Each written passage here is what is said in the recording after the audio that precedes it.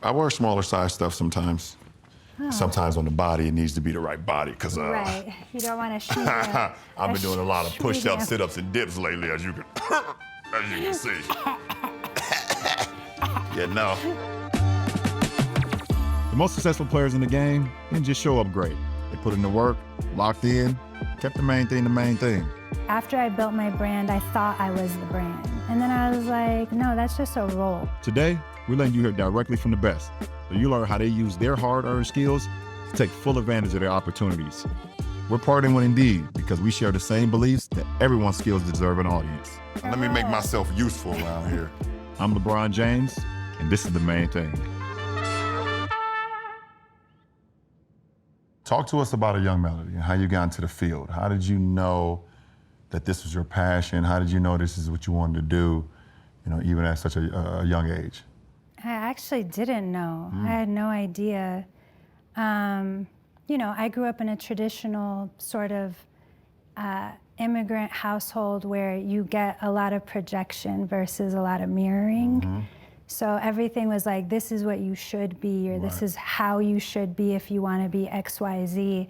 It was never like looking at what I was and being like, hey, you're really good at that. Maybe we should explore this. Young Melody was a lot of trying to find myself in places. So it was, I think, where my love for like music began, or because I would find myself in lyrics, or I find myself through, I was one of those people that would like record music award shows, and I'd watch every dancer and every singer, and I want to know what they were wearing.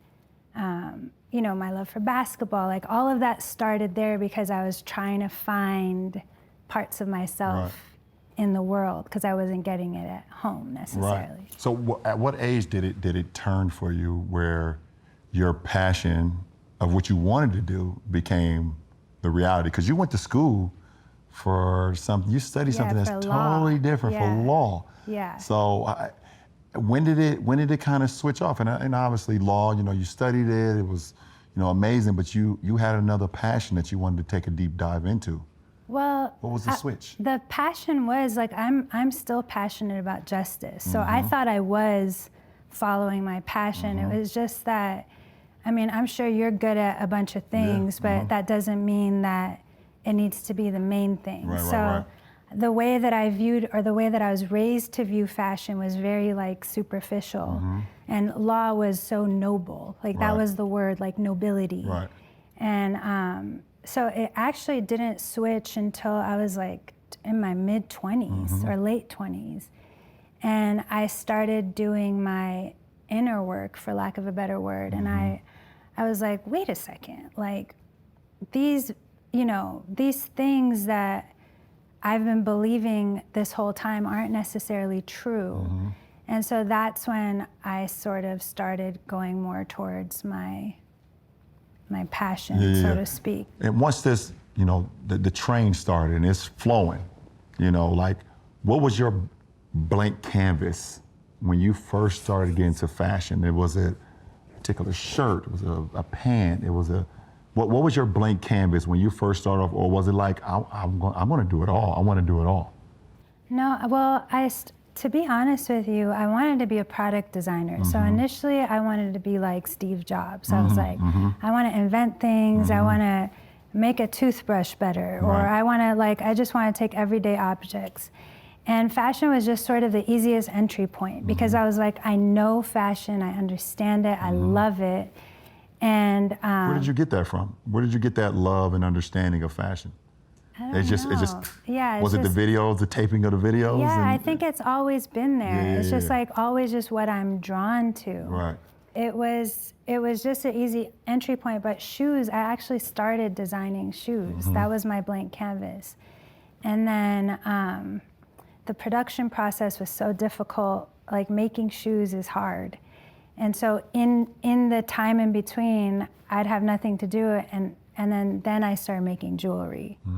And then it just sort of, and I did that for a long time. It was just shoes and jewelry, and then it sort of evolved into clothing, because I wanted to see a whole person. Like I wanted a head to toe. I didn't just want, What's kind of your extension now as far as your brand, your fashion, on how you now feel like you want to give it out to the people?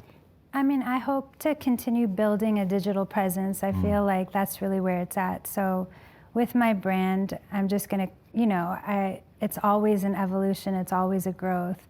And then I'm also working on a new project. I've always made jewelry, and now I'm entering the fine jewelry world, which has been really exciting because it's a whole new education on stones and their properties and different types of metals. And so, I think what I've realized is when I was younger, after I built my brand, I thought I was the brand. And then I was like, no, that's just a role.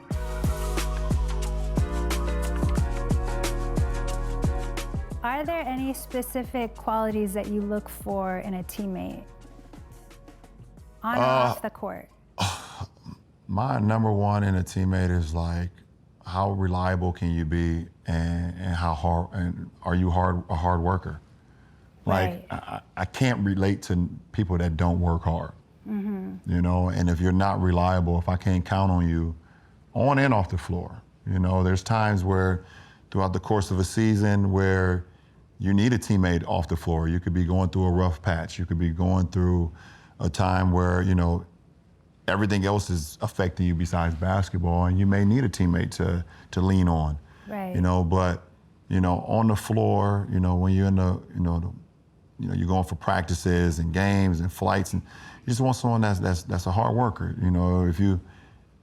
If we're all preaching one thing, we're all saying we want to be great.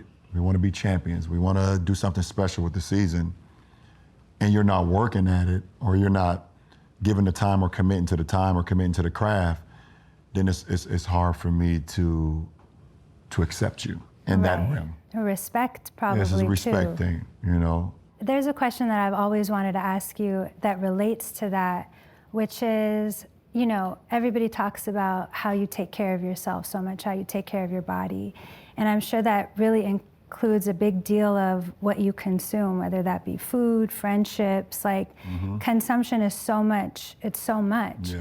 So how do you deal with that? Because, I've realized through my own journey how important it is for my vehicle to be, intact. So when your teammates aren't eating right, or when it's things like that that make them unreliable, how do you deal with that? You try to continue to hammer it home to them, because ultimately there's not one individual when it comes to team sports that can do it alone. Right. You have to have a lot of moments that you have to rely on your teammates, and that you hope that through showing by example, showing by words, also what I'm telling them, I'm also doing myself. Right. You can't be preaching, and then when it's time for you to step up to the plate, you're not accountable as well. So I have to make sure that I am doing the job, and I am practicing what I'm preaching as well, to where even sometimes if I don't say something, they can look back on the examples that I've set throughout the course of the season, throughout the course of the years, that they know that I am truly dedicated on whatever the outcome may be. Wins and losses and things of that's things you can't control. Right. But what you can control is what you put into it, how much you put into it, how dedicated you are, how much you're paying attention to everything that's going on, are you here? Are you present? Right. And I think by me doing that throughout the course of my career has given me an opportunity to be able to see the mountaintop a few times, in our respective sport. Yeah, definitely. And if I can mirror something back to you, I've always admired how you make everything, like, I think through all your hard work and effort, it's like you chew it up for people and then just give it to them so that they can digest it, Yeah. But I think a lot of people don't realize how much hard work goes behind that. But you're also a very super creative person. I mean, your tunnel fits go hard. Oh. I mean, even just the regular fits. So what does creativity look like for you in basketball or not? Yeah. I think when it's about like creativity, I grew up watching shows as well. Like you said, you was taping things like What was your favorite show? Fresh Prince of Bel-Air. You know, I used to get excited about what Will Smith was wearing on the show. You know, from the baggy jackets, to the what shoes he was wearing. You know, to the tie-dye, you know, matching tie-dye outfit. You know, with the shorts and the t-shirt. You know, he used to wear the nice trucker hats and either flip up the brim or turn it backwards. Yeah. You know, and I just thought he was cool because he was like an inner city kid in Beverly Hills, Yeah. like acting a fool, being himself, and they had to accept him for who he was.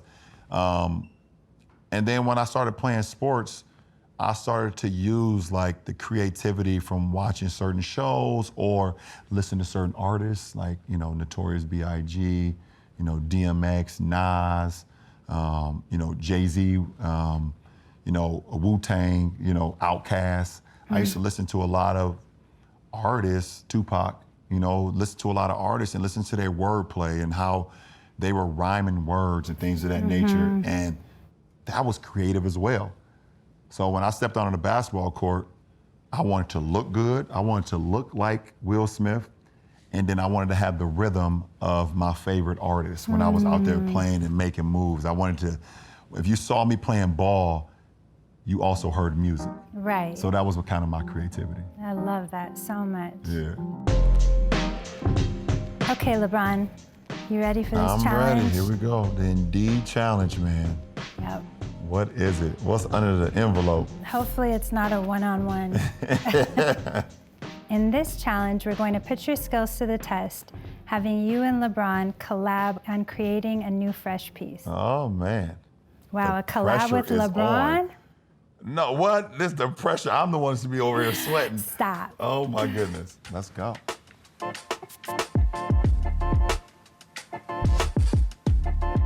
Well, this is really a collaboration. And so Love that. Love that. I feel like you don't need to be a designer. I mean, I was never formally trained. I think we're both really creative people. So I thought it would be cool to maybe take a piece that I've made and take a piece that you've made and maybe figure out how we could fuse them together. Love that. So Love that. this print is actually a Persian rug that's from my mom's house that I digitized and printed on this garment.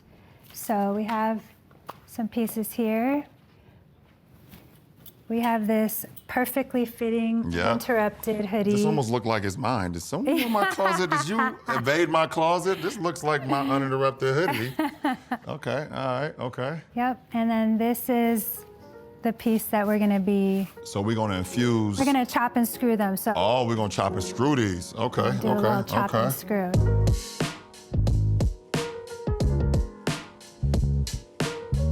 Why don't you try this? Okay. Okay, so All right, maybe, wait, let's put it up to you real quick. Okay. Let's see. Yeah, like right above, I would do like Like right right above above the there? elbow Okay. here. So maybe just cut Let's straight across. this line here. Okay. Okay. Beautiful. And then do We the got to make same sure on it's that even though, side. right? I mean, Right. you would know better than me. So I would we- usually cross it over. We have Yeah. I do it the old school way where I just cross it That's how over. I used to do it Yeah. You're going to measure No, it. we gotta measure it right So there. go right there. Yep. Okay.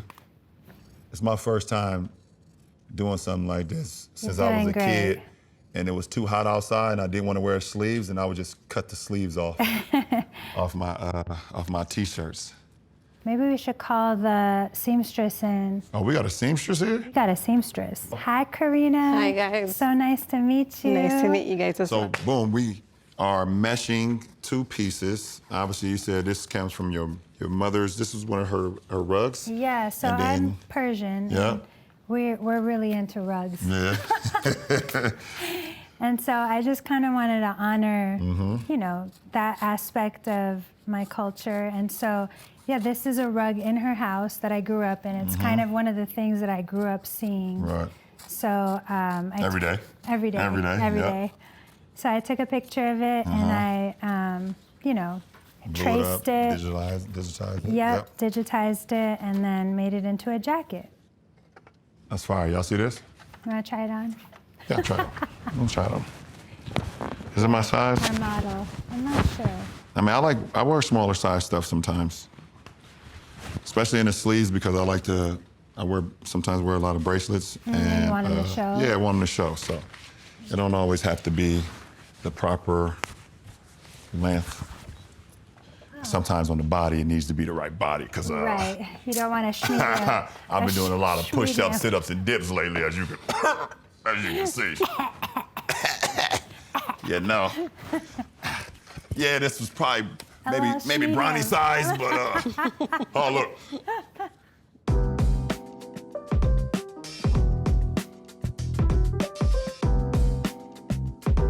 Oh, so that's what? Okay.